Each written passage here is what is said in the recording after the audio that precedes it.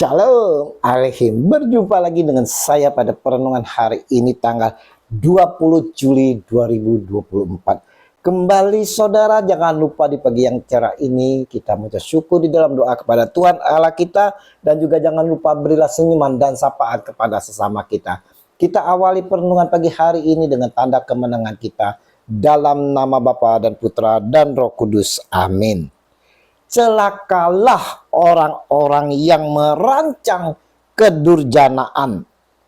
Bacaan liturgi hari ini diambil dari kitab Nubuat Mika 2 ayat 1-5 dan Injil Matius 12 ayat 14 sampai dengan 21. Saudaraku yang terkasih di dalam kasih Kristus, mungkin saudara dari kita semua pernah melakukan suatu perencanaan balas dendam, kejahatan lain di malam hari. Karena di malam hari kita sulit tidur, kita merancangkan bagaimana kita mau membalas dendam orang yang telah menyakiti saya. Orang yang telah melukai saya tadi. Tidak sedikit perencanaan ini dipikirkan di tempat tidur sehingga kita semakin kesulitan tidur. Merasa perencanaan kita yang pikirkan itu cukup matang, maka kita pun saudara akan mengeksekusi perencanaan kita ini di esok hari. Demikian semakin meningkat secara bertahap, dengan orang-orang jahat digambarkan sebagai mencapai puncaknya. Dalam Mazmur pertama dikatakan berjalan dengan orang-orang fasik mengarah kepada berdiri di antara orang-orang berdosa dan akhirnya duduk secara kebiasaan di antara orang-orang yang mencemooh. Inilah saudara situasi umat ciptaan Allah seperti yang telah dinubuatkan oleh Nabi Mika. Celakalah orang-orang yang merancang kedurjanaan atau kejahatan dan yang merencanakan kejahatan di tempat tidurnya, yang melakukannya di waktu fajar, sebab hal itu ada dalam kekuasaannya. Mika 2 ayat 1. Pemazmur saudara sampaikan, kejahatan dirancangkan di tempat tidurnya, ia menempatkan dirinya di jalan yang tidak baik. Apa yang jahat tidak ditolaknya. Mazmur 36 ayat 5. Dan Amsal mengatakan, yang hatinya mengandung tipu muslihat, yang senantiasa merencanakan kejahatan dan yang menimbulkan pertengkaran. Amsal 6 ayat 14. Dikatakan pula oleh Amsal, siapa selalu merencana kejahatan akan disebut penipu. Amsal 24 ayat 8.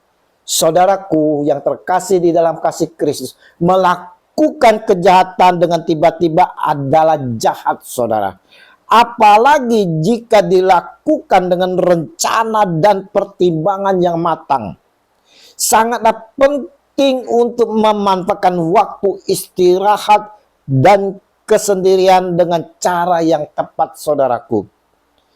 Jika kita utamakan menguasakan hati, belas kasihan akan hilang, dan ketika hati sudah dikuasai oleh hal ini saudara, kekerasan dan tipu daya biasanya akan menguasai tangan.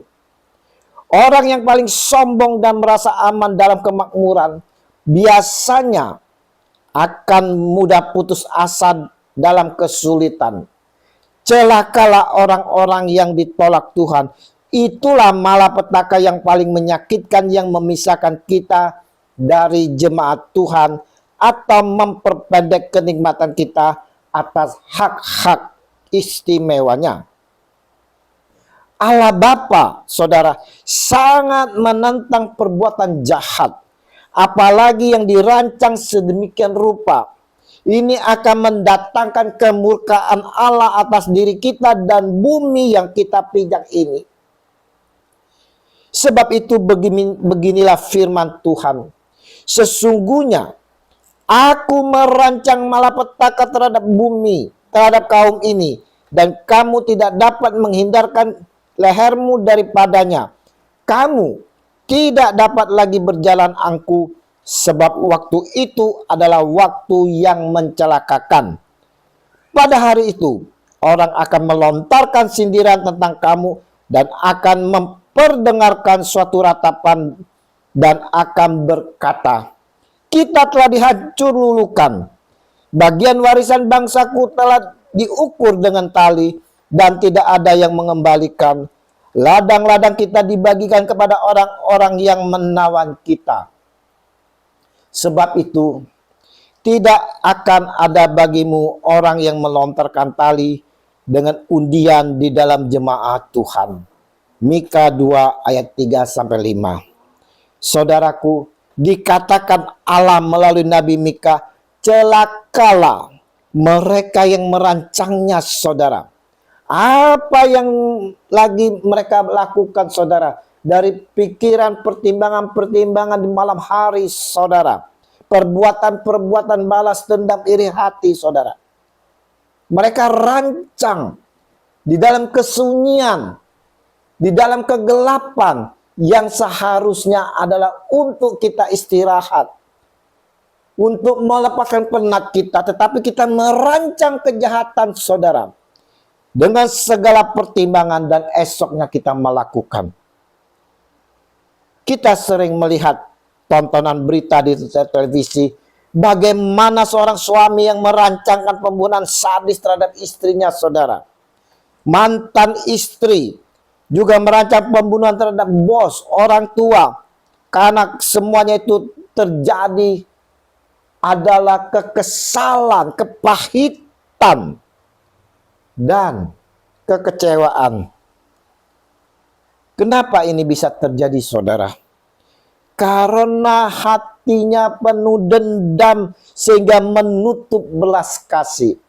Saya ulangi, saudara, kenapa orang banyak membuat perancangan balas dendam yang sakit hati, saudara, merancang kejahatan. Itu kenapa? Karena adanya dendam yang mendalam sehingga menutup belas kasih. Kenapa ada dendam dan iri hati? Karena semuanya kita tak dapat mengikuti Yesus dengan menyangkal diri dengan sungguh-sungguh, saudara.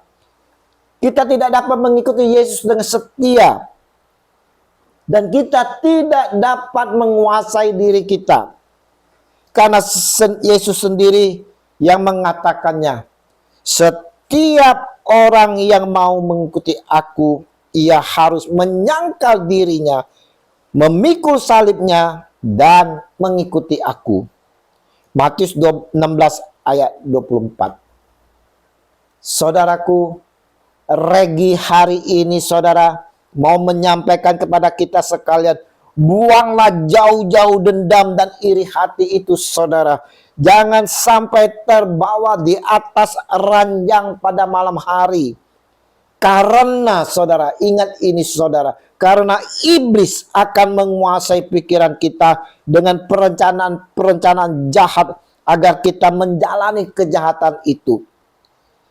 Karena itu, tunduklah kepada Allah dan lawanlah iblis, maka ia akan lari daripadamu. Yakobus 4 ayat 7. Pakailah waktu kesendirian ini, saudara, dengan dekat kepada Tuhan Yesus.